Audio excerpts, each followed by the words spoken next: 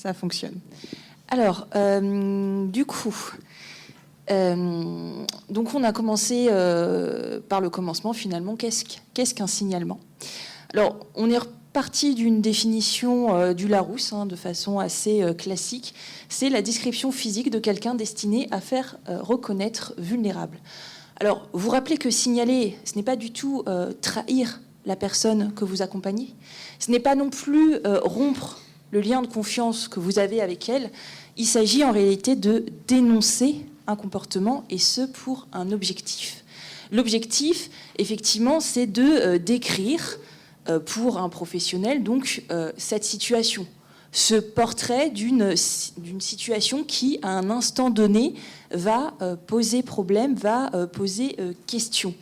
Le contenu doit être objectif et détaillé. Effectivement, c'est là-dessus aussi qu'on va revenir tout à l'heure, puisque l'idée, c'est de vous expliquer comment signaler pour que nous puissions traiter le signalement le plus efficacement possible, et que ce que vous avez voulu signaler puisse avoir une suite et protéger, bien sûr, toujours la personne vulnérable. Alors, sur les exemples de facteurs de vulnérabilité, vous le savez, on a tout ce qui est problème de santé. Donc on va avoir nos majeurs vulnérables qui vont avoir des troubles cognitifs, des troubles psychiques ou physiques qui vont finalement les empêcher à un moment ou un autre de leur vie de pouvoir prendre en fait les actes qui sont nécessaires au quotidien et qui va nécessiter qu'on les protège, et notamment lorsqu'il y a un patrimoine. Évidemment, ces problèmes de type, par exemple, troubles cognitifs vont engendrer des problèmes administratifs ou financiers, avec, par exemple, des droits non ouverts, des dettes, des spoliations. Et c'est là où on va rentrer parfois sur du volet pénal, puisque, évidemment, les majeurs vulnérables sont des cibles, des proies faciles pour les personnes qui voudraient profiter financièrement de leur vulnérabilité et surtout de leur patrimoine financier. Ils ont ainsi des problèmes d'autonomie physique et ou décisionnelle, et ça engendre également des problèmes dans leur environnement matériel ou humain. Il peut y avoir des problèmes au niveau de leur logement, au niveau de la sécurité individuelle, ou même lorsqu'ils vont sortir. On a des phénomènes d'isolement avec des majeurs vulnérables qui vont se retrouver sans aucune famille, avec très peu finalement de personnes ressources pour les aider. Des phénomènes également parfois de squat pour certains majeurs vulnérables. On va avoir des personnes qui vont en profiter pour aller dans leur logement alors même qu'ils y sont. Et les problèmes également de maltraitance, comme a pu en introduction le rappeler Madame la procureure, avec des problèmes de violence grave, que ce soit par les enfants, ou parfois on peut le voir par certaines aides, ou même des violences conjugales qui peuvent arriver sur des personnes qui sont en couple depuis des années, et on se retrouve avec également des violences conjugales, que ce soit monsieur sur madame, ou parfois madame sur monsieur. Alors, pour ce qui est du rôle du parquet en matière de la protection des majeurs, d'abord vous rappelez le principe. On a l'article donc 425 alinéa 1 du Code civil qui rappelle donc que toute personne dans la possibilité de pouvoir seule à ses intérêts, en raison d'une altération médicalement constatée, soit de ses facultés mentales, soit de ses facultés corporelles, de nature à empêcher l'expression de sa volonté, peut bénéficier d'une mesure de protection juridique. Et effectivement, le peut, il est souligné, puisque ce qu'il va falloir vous rappeler également, et ça va être la slide d'après, c'est qu'on ne peut jamais forcer un majeur vulnérable à être protégé. L'article 40 du Code de procédure pénale nous le rappelle. Toute autorité constituée, tout officier public ou fonctionnaire qui, dans l'exercice de ses fonctions, acquiert la connaissance d'un crime ou d'un délit est tenu d'en donner avis sans délai au procureur de la République. Donc ce rappel, c'est celui du signalement. Vous avez une obligation de signaler à partir du moment où vous constatez un crime ou un délit. Là, on part sur ce qui est signalement pénal. L'article 40 suppose la suspicion d'une infraction et la nécessité d'une enquête par le parquet. La personne peut être victime d'une infraction ou elle peut être mise en cause. Et il doit s'agir d'un majeur qui doit être protégé. Alors, le procureur, on a un rôle de filtre au niveau du parquet. Ça va être surtout Madame Daboval qui va faire d'ailleurs ce filtre au niveau du parquet d'Orléans. Le procureur de la République, le parquet, est destinataire des signalements qui ne peuvent plus être directement adressés au juge des tutelles. Il va être également destinataire de tous les signalements qui vont être réalisés par les personnes qui vont être proches de la personne à protéger. Le procureur va apprécier si la situation semble nécessiter la mise en œuvre d'une mesure de protection au regard des critères légaux. Et il est le seul à avoir la qualité pour saisir le juge des tutelles lorsque la situation est signalée par quelqu'un d'autre qu'un proche. Et ça, c'est important puisque s'il y a des proches auprès du majeur vulnérable, nous, c'est ce qu'on va faire avec Madame Daboval, c'est qu'on va faire un renvoi à la famille. Parce que nous saisissons au niveau du parquet le juge des tutelles que de façon finalement subsidiaire. C'est s'il n'y a pas de proches qui peuvent le faire eux-mêmes. S'il y a des proches, notamment les enfants, qui peuvent eux-mêmes saisir le juge de tutelle, on va leur demander de le faire par eux-mêmes. Et c'est seulement dans le cas où ils nous indiquent qu'ils sont peut-être dans l'impossibilité que nous, on pourra faire le nécessaire. Mais il y a ce principe de subsidiarité par rapport à ça. Alors, sur le contenu de votre signalement, c'est là où, effectivement, c'est important. Il nous faut absolument certains éléments pour que nous puissions le traiter. Le signalement, il doit contenir l'identité de la personne à protéger. Il nous faut absolument nom, prénom. Pour les femmes, il nous faut le nom de jeune fille. Parce que le nom d'épouse n'a pas, en réalité, de véritable valeur. C'est un nom d'emprunt. Il nous faut absolument le nom d'épouse. Et ça, parfois, ça manque. Il nous faut la date de naissance, le lieu de naissance, parce qu'il y a certaines personnes qui ont des noms de famille qui peuvent être assez communs, et l'idée, c'est ne pas tomber sur des alias, bien sûr.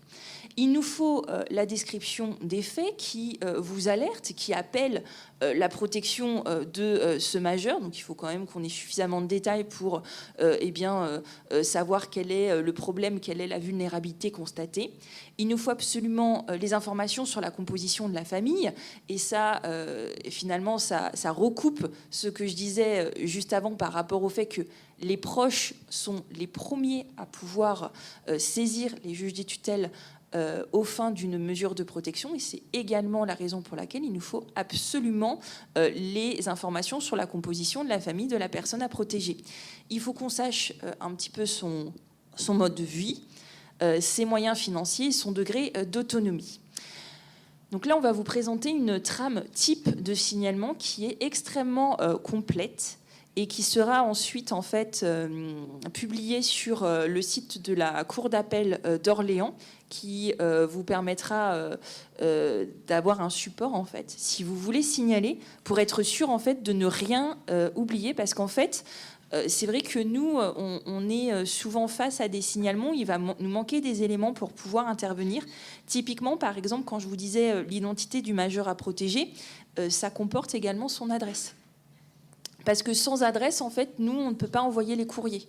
On ne peut pas savoir s'il y a une infraction pénale, par exemple, que vous dénoncez dans le signalement. Imaginons que la personne se fait spoiler ou alors subit des violences. Le critère du domicile du majeur protégé, pour nous, c'est hyper important, puisque moi, ça me permet de savoir quel service d'enquête est compétent. Ça nous permet de savoir à qui écrire. Donc si on n'a pas l'adresse, nous, on ne peut pas intervenir, en fait, tout simplement. Et ça veut dire que votre signalement, alors que vous êtes en train de nous dénoncer des choses qui sont importantes et qu'il faut protéger ce majeur vulnérable, eh ben, nous, on ne pourra pas le traiter. Et du coup, on se retrouve avec Madame Daboval qui va vous relancer pour vous dire oui, mais là, c'est quoi la date de naissance, c'est quoi l'adresse du majeur protégé. Et du coup, on repart pour un tour, le temps que vous répondiez que nous, on retraite. Et ça fait perdre du temps. Et les majeurs protégés, leur situation peut se dégrader très vite. Et donc, il faut quand même essayer d'intervenir en temps utile. Donc cette trame de signalement, elle se présente, comme vous pouvez le voir, avec un formulaire où effectivement, déjà vous pouvez indiquer s'il s'agit d'une requête pour une saisine du juge des tutelles ou s'il s'agit d'un signalement. Donc voilà, vous avez... alors, on vous avait précisé avec les éléments que vous avez en votre possession. Parce que vous le verrez, cette trame de signalement, elle est extrêmement complète et il y a des éléments que vous n'allez pas pouvoir savoir. Par exemple, il va y avoir tout un focus sur, par exemple, au niveau bancaire, quels sont leurs comptes, ce genre de choses. Si vous n'avez pas ces éléments, vous ne le mettez pas. C'est un plus. Donc c'est pour ça qu'on a précisé, on l'a bien mis, c'est avec les éléments que vous avez. On ne vous demande pas de faire des recherches. Ce qui compte, c'est surtout les éléments d'identité, de composition de la famille autant que possible, l'adresse, date de naissance, nom, prénom, avec le nom de jeune fille pour les femmes. Ça, c'est extrêmement important. Donc voilà comment ils se présentent avec les enfants, les frères et sœurs. Alors, j'ajouterais surtout pour la famille, les enfants, les frères et sœurs, si vraiment vous avez ces informations-là, notamment leur adresse, pour pouvoir les informer qu'il y a une procédure en cours, enfin en tout cas au niveau du juge des tutelles, nous, c'est vraiment très important pour nous. Donc si vous arrivez si vous les connaissez, si vous arrivez à les avoir, vraiment mettez surtout la famille, parce que bien souvent, des fois, la mesure de protection est ouverte, ça fait 1 an, 2 ans, 3 ans, et puis tout d'un coup, il y a la famille qui arrive dans le dossier en disant « Ah ben bonjour, nous ne sommes pas au courant de cette procédure. » Alors oui, effectivement, après on regarde dans le dossier, mais on n'avait pas cette information-là, on ne savait même pas qu'ils existaient. Donc c'est toujours un petit peu embêtant. Donc si jamais vous avez ces informations, surtout mentionnez-les.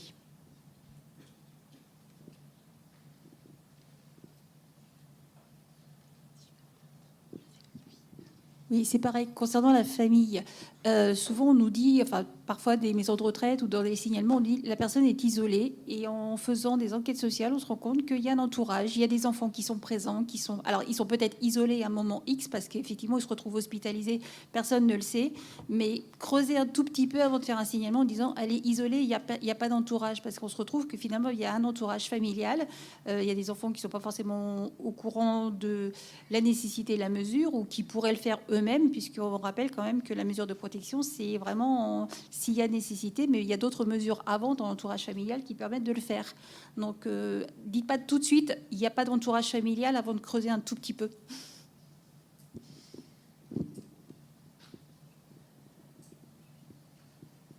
Donc là, on vous le fait défiler, mais vous y aurez accès, bien entendu. Bon, sachant qu'il est... Voilà, il est extrêmement long, mais l'idée, c'est vraiment que vous ayez une trame de signalement la plus complète possible, en fait, pour ne rien oublier, avec évidemment cette idée de vous dire que voilà, si vous ne savez pas, typiquement, voilà, les renseignements financiers et patrimoniaux, si vous ne savez pas tout, vous ne mettez pas tout. Mais l'idée, c'est de mettre tout ce dont vous avez connaissance, avec effectivement, voilà, au niveau de la famille, quelques petites recherches à effectuer, questionner au moins le majeur vulnérable, de savoir s'il a des enfants vivants et où est-ce qu'il pourrait résider. Ça, c'est toujours effectivement extrêmement important. Et derrière le formulaire, on vous a mis également un mode d'emploi qui vous permet de vous rappeler qui signale, quelle est la personne qui peut faire l'objet du signalement, la situation de famille, etc. Donc derrière, on a un rappel pour vous rappeler comment signaler, parce qu'effectivement, signaler, c'est pas quelque chose qui est simple. Mais l'idée, c'est qu'avec cette trame, vous puissiez répondre déjà à vos propres questions par rapport à savoir comment vous signaler et nous donner l'ensemble des éléments dont on a besoin pour traiter ce signalement. Alors, on vous a fait un petit schéma d'orientation des demandes pour que vous puissiez comprendre mieux pour ceux pour qui ce n'était pas très clair. Donc, d'abord, il y a une question de compétences territoriales. Il faut évidemment que le majeur vulnérable il soit sur le ressort du tribunal judiciaire d'Orléans. Et effectivement, si c'est bien le cas, vous faites le signalement au TJ d'Orléans. Plusieurs possibilités. Soit effectivement on va faire un classement sans suite, puisque on va considérer que en réalité, il y a déjà des mesures, notamment avec tout ce qui est procuration, c'est les articles 217 et 219, notamment entre époux, où il y a des habilitations familiales. Dans ce cas-là, il n'y aura pas de requête en ouverture de mesures de protection, puisque ce n'est pas nécessaire. Il peut y avoir le renvoi à la saisine directe. Donc ça, c'est ce que je vous expliquais tout à l'heure, lorsque effectivement on est face à un majeur qui en réalité a de la famille, soit un conjoint qui serait apte, soit des parents, soit des alliés. Et en fait, ce qu'on va faire, c'est Madame Daboval qui prépare un courrier en fait que je vais signer, où elle rappelle en fait les informations et rappelle à la famille qu'elles peuvent elles-mêmes saisir le juge des tutelles en mesure de protection pour protéger leurs parents qui seraient dans le besoin. Quand effectivement c'est nécessaire et qu'on a passé les deux premiers caps, on va faire une requête au tribunal judiciaire, enfin en tout cas au juge du contentieux et de la protection.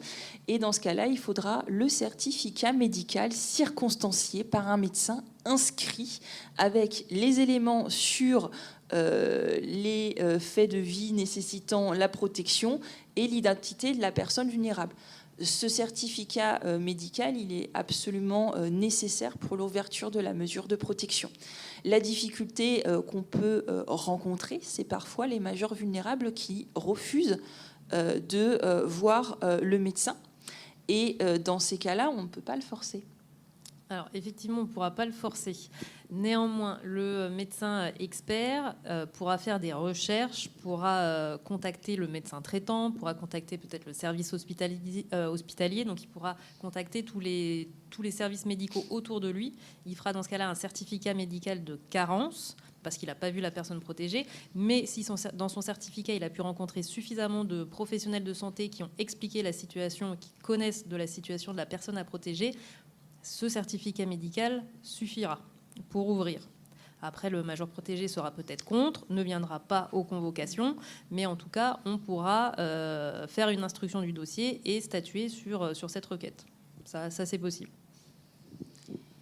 Alors, le quatrième cas, c'est justement ce qu'on voudrait éviter, c'est les demandes d'informations complémentaires, notamment parce qu'il nous manque des éléments sur le logement social, l'environnement familial, professionnel ou social, ou sur les mesures en cours.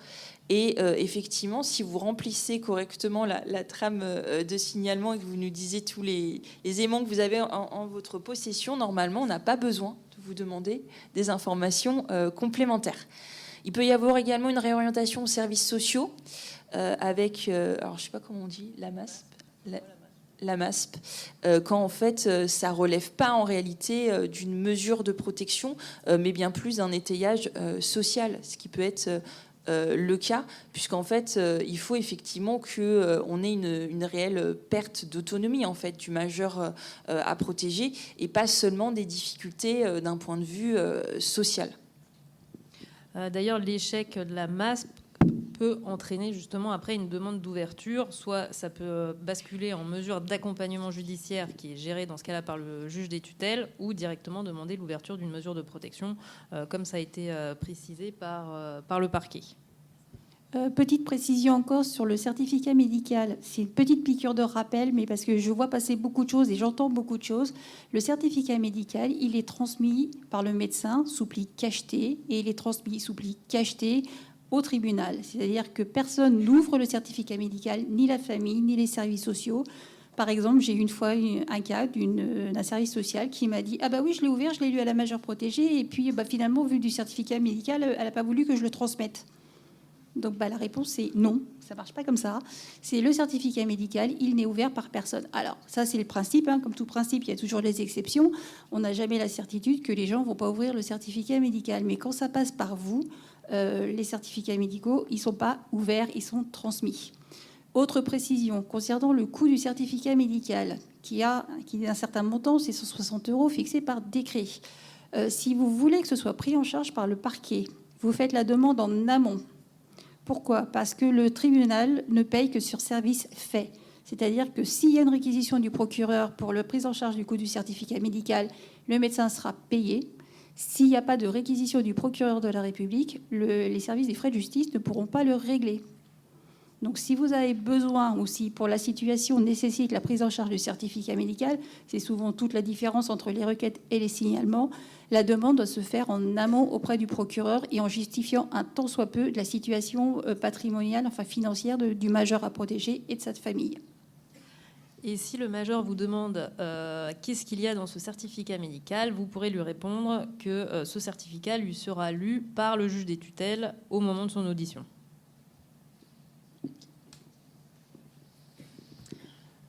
Alors, vous rappelez effectivement le principe, c'est la nécessité de la mesure pour toute requête pour saisine du juge des contentieux et de la protection. La mesure de protection, elle peut être mise en place que pour la personne dans l'impossibilité de pourvoir seule à ses intérêts en raison d'une altération de ses facultés personnel médicalement constaté. Donc on retourne à l'article 425 du Code civil. Donc l'altération des facultés personnelles, elle s'analyse en une altération soit des facultés mentales, soit des facultés corporelles, alors sachant que ça peut être évidemment parfois les deux.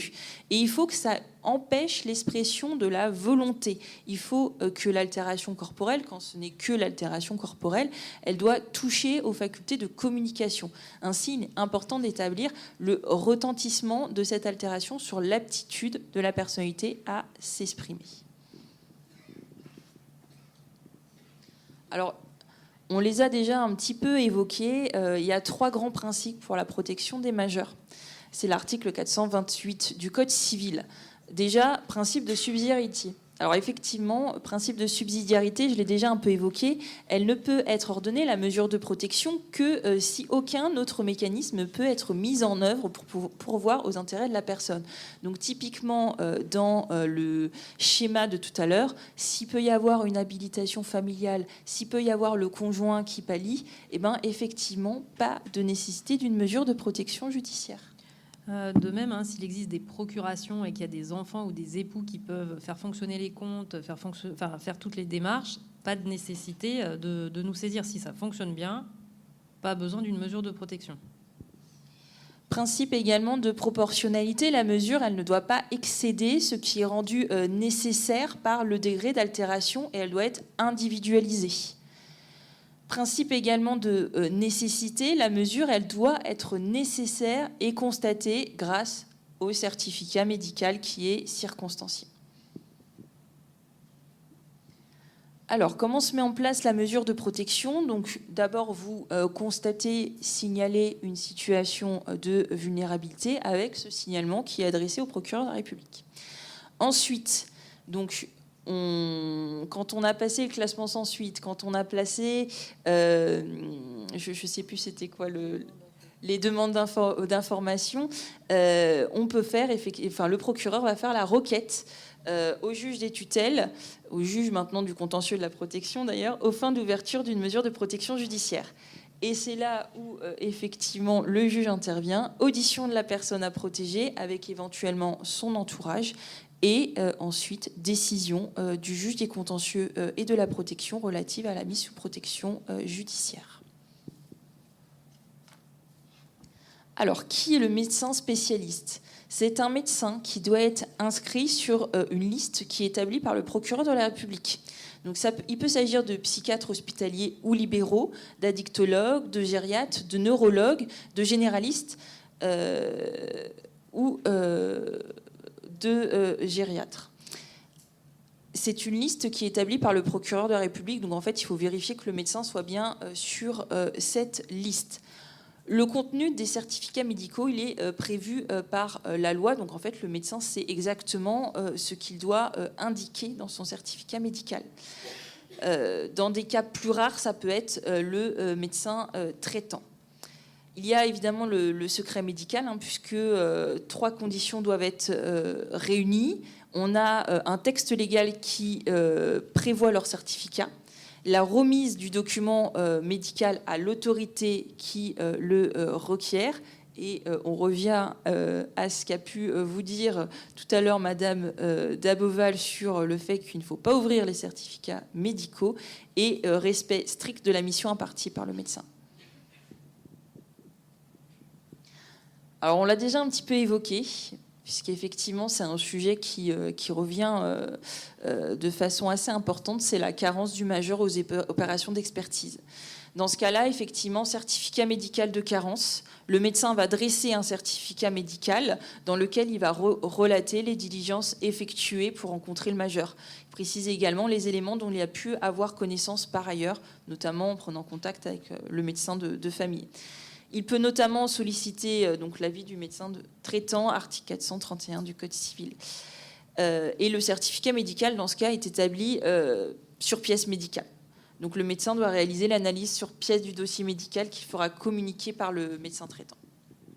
Sachant que le fait juste que le médecin expert indique « je n'ai pas pu rencontrer la personne », bien évidemment ne suffira pas pour pouvoir ouvrir une mesure de protection. Donc cette requête sera rejetée.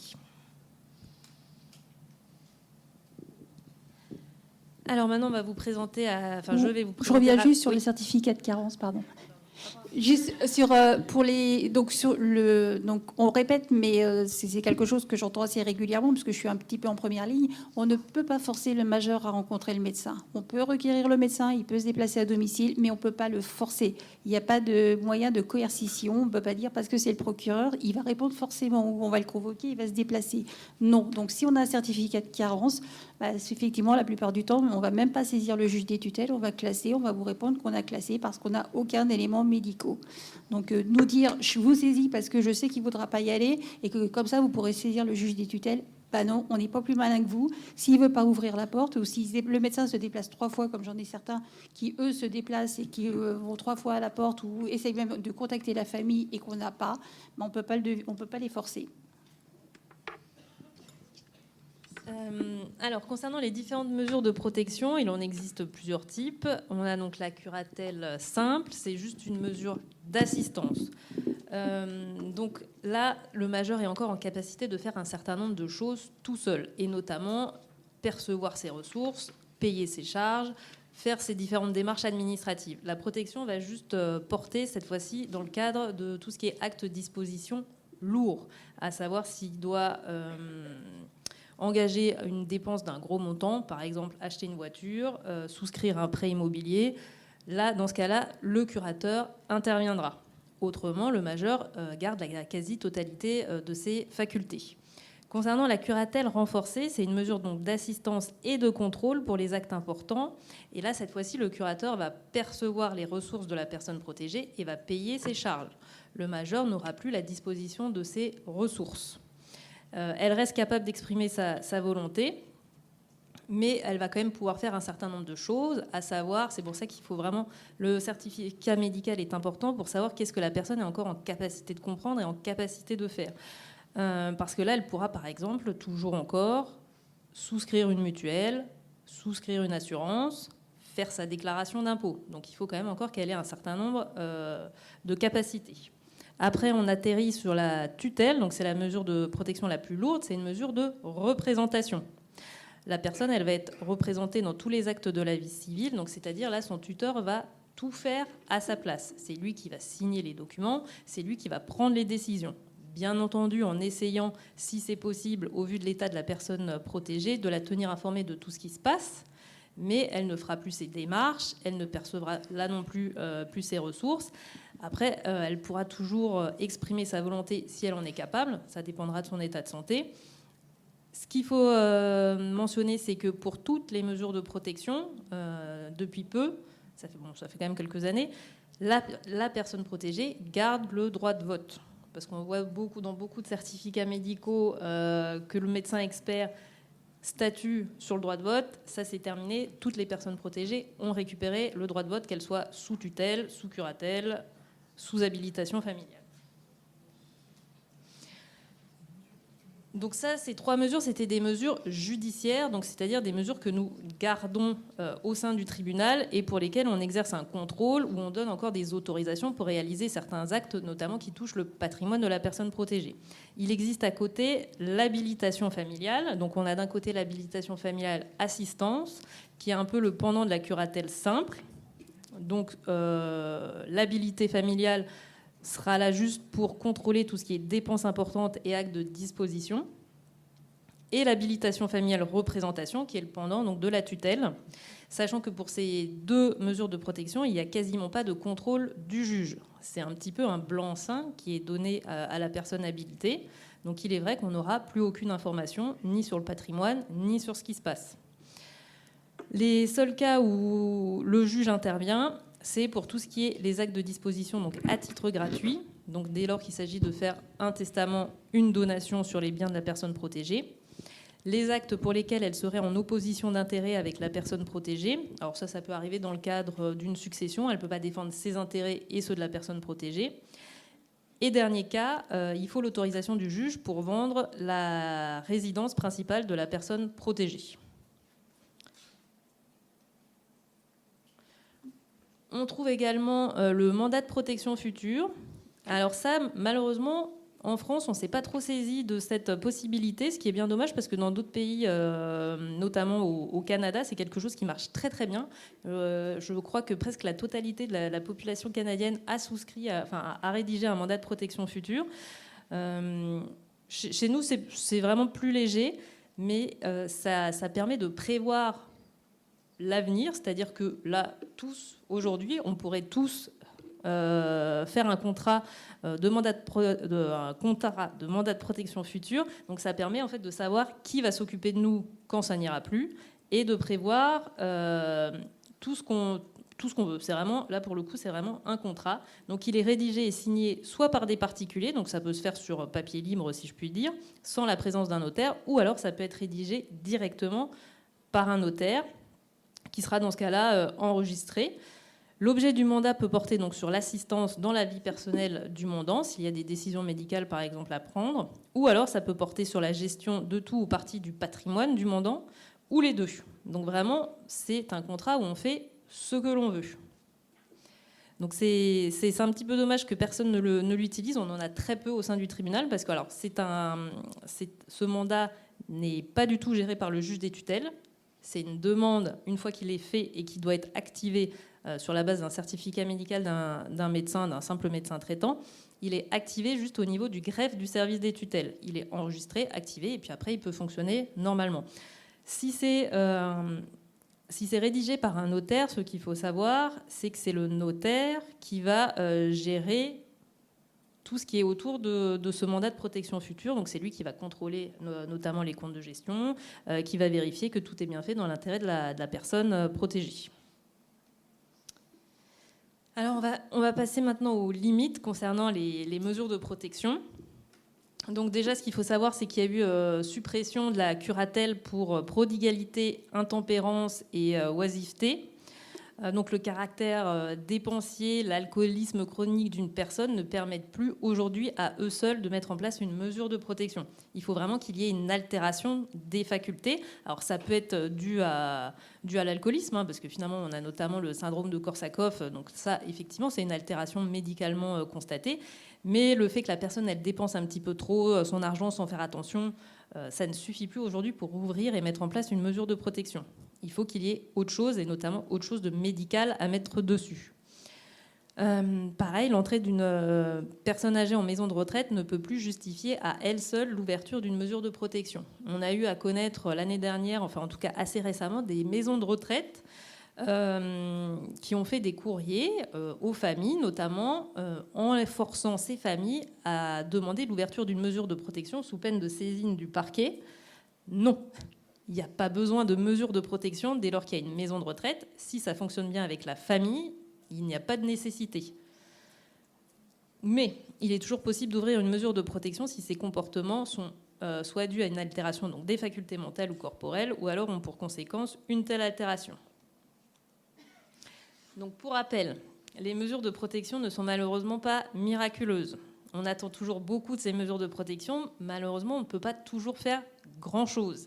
Comme on a pu évoquer tout à l'heure, la problématique des soins.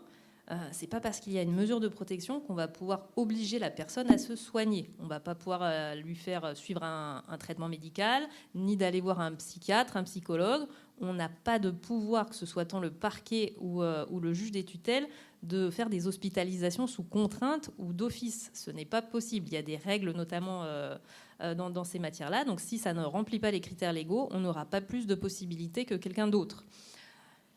La problématique du lieu de vie, pareil, il n'y a pas de possibilité de contraindre une personne à aller en maison de retraite. C'est pas parce qu'il y a une mesure de protection. Alors ça, c'est souvent en plus les familles qui nous le demandent, mais on ne peut pas demander par exemple aux gendarmes d'aller chercher la personne protégée et la forcer à aller en maison de retraite. Ça, souvent, les familles n'arrivent pas à le comprendre, mais non, ce n'est pas possible. On ne peut pas aller pieds et poings liés, la mettre dans la voiture et dire « bon, il y a une mesure de protection, merci de la prendre en maison de retraite ». Si elle ne veut pas, si elle refuse, eh ben, ça s'arrêtera là. Donc ce qu'on fait souvent dans ces cas-là, c'est d'expliquer à la personne, et petit à petit de l'emmener d'abord une après-midi, l'emmener prendre un café, l'emmener un week-end pour qu'elle puisse petit à petit accepter d'aller en maison de retraite. Mais encore une fois, on n'a pas de pouvoir de contraindre. Pareil, on n'a pas de possibilité non plus d'ordonner une expulsion des personnes qui posent problème dans leur logement. Non, ça, ce n'est pas possible. S'il y a des problèmes de voisinage, oui, des fois, il y a des problèmes psychologiques des personnes protégées, mais on n'a pas de baguette magique pour faire en sorte qu'elles se tiennent bien dans leur logement, qu'elles payent leur loyer. Là-dessus, on ne pourra pas agir. Oui, pareil, effectivement, quand ils jettent des choses par les fenêtres, je sais bien, c'est très dérangeant pour les voisins, mais encore une fois, on peut rien faire là-dessus. En fait, pour les problèmes de voisinage, vraiment, moi, c'est là où je vois parfois arriver des signalements. La seule chose qu'on peut faire, c'est vraiment s'il y a des infractions pénales. Donc, c'est-à-dire que si votre majeur vulnérable, il est tellement instable qu'il se met à violenter ses voisins, à vraiment avoir des comportements d'harcèlement, là, on pourra potentiellement faire quelque chose. Mais encore faut-il que ce voisinage en question veut bien déposer plainte. Parce que si c'est pour me faire un signalement, pour me dire Monsieur X, il est insupportable, le voisinage n'en peut plus, et qu'au final, quand on va envoyer en enquête, ce que je vais quand même faire rarement, parce qu'il faut vraiment que les actes décrits constituent des infractions pénales, et qu'au final, le voisinage, personne ne veut déposer plainte, on va s'arrêter là. Et c'est pour ça que dans ces cas-là, autant inviter le voisinage, si vraiment il y a des infractions pénales, à déposer plainte, que de nous faire des signalements où finalement, nous, vraiment, tant qu'il n'y a pas de réelle infraction pénale, on ne pourra rien faire.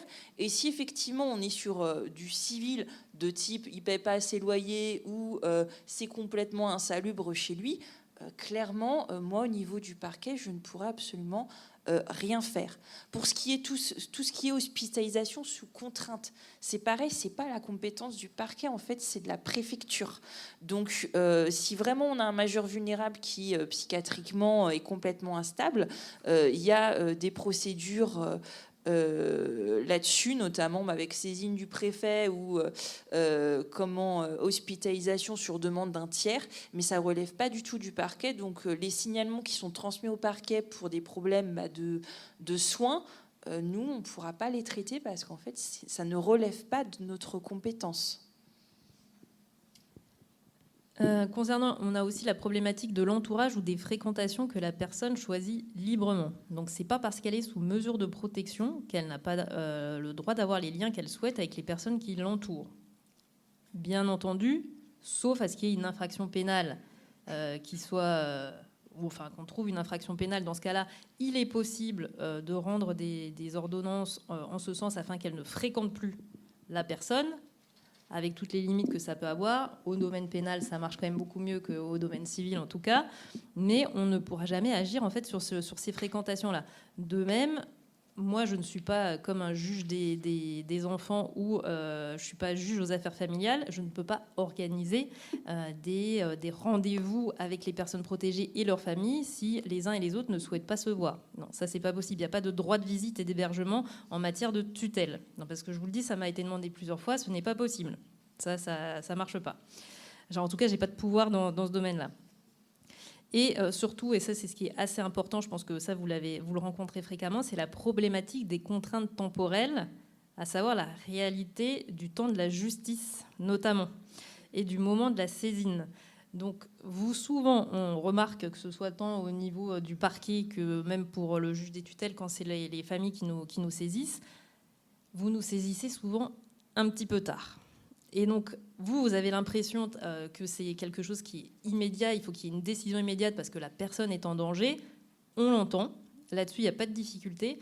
Mais après, nous, on a tout ce qu'il y a derrière. Une fois que le dossier, comme a pu l'indiquer Madame Daboval, une fois que le dossier est complet, enregistré, elle nous le transfère immédiatement. Là-dessus, nous avons un délai à peu près de 2 mois en tant que juge des tutelles pour répondre. Mais sachez qu'on n'utilise jamais ces 2 mois quand il y a quelque chose d'urgent et quand il y a une véritable difficulté pour la personne à protéger. Mais après, on peut ouvrir une mesure de sauvegarde de justice qui est une mesure d'urgence, le temps de l'instruction du dossier et de l'ouverture de la mesure de protection définitive. Mais même si on agit entre le dépôt du dossier complet, notre saisine par le parquet, nous on agit dans la semaine, mais après le temps que le mandataire soit désigné, qui vienne au tribunal, qui prenne connaissance du dossier, et bien tout ça, il y a des jours et il y a peut-être des semaines qui peuvent se passer. Donc ce n'est pas la peine, même si je sais que pour vous c'est important et que vous avez à cœur à bien gérer vos dossiers, ce n'est pas la peine de nous saisir toutes les semaines pour nous demander où en est le dossier. Dès lors qu'il est complet, qu'il a été transmis par Madame Daboval, ça va suivre son cours. Et la décision d'ouvrir une mesure de sauvegarde, c'est-à-dire une mesure d'urgence, elle est décidée par le juge des tutelles en fonction de ce dont vous nous avez signalé et de ce qu'on a au dossier. Parce que si nous, on estime que ce n'est pas urgent, c'est vrai qu'on n'ouvrira pas une mesure de sauvegarde. Maintenant, au vu de nos délais qui sont malheureusement pas très bons sur Orléans, parce qu'au moment où on est saisi, au moment où on rend une décision définitive, il y a souvent 10 mois entre les deux. Alors, pas pour la mesure de sauvegarde de justice. Dans ce cas-là, elle est ouverte plus rapidement. On va dire dans les 2 mois de la saisine, elle devrait être ouverte. Mais pour la mesure définitive, on est à 10 mois. Et encore, il y a encore 1 an, on était à 12 mois, c'est-à-dire juste le délai d'1 an légal, avant qu'il y ait caducité de la demande. Donc, il est vrai qu'on utilise assez fréquemment ces mesures de sauvegarde justement pour pallier malheureusement à nos délais qui ne sont pas très bons, parce que malheureusement, il manque de personnel, un petit peu comme partout, et donc on ne peut pas faire plus vite. C'est pas qu'on ne veut pas, c'est qu'on ne peut pas. Donc c'est pour ça qu'il faut que vous ayez quand même en tête cette réalité du temps de la justice qui n'est pas la même pour vous que pour nous. Et surtout, quand vous nous saisissez-nous vraiment en amont, si c'est possible.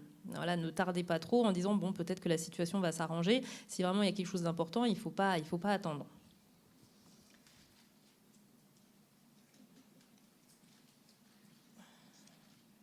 Bon, ça, on l'a plus ou moins déjà indiqué. Quand il y a une impossibilité d'action, c'est-à-dire que la personne à protéger qui vit de façon recluse et n'a pas de médecin traitant, malheureusement, on ne pourra pas faire grand-chose pour elle, surtout si elle refuse tout.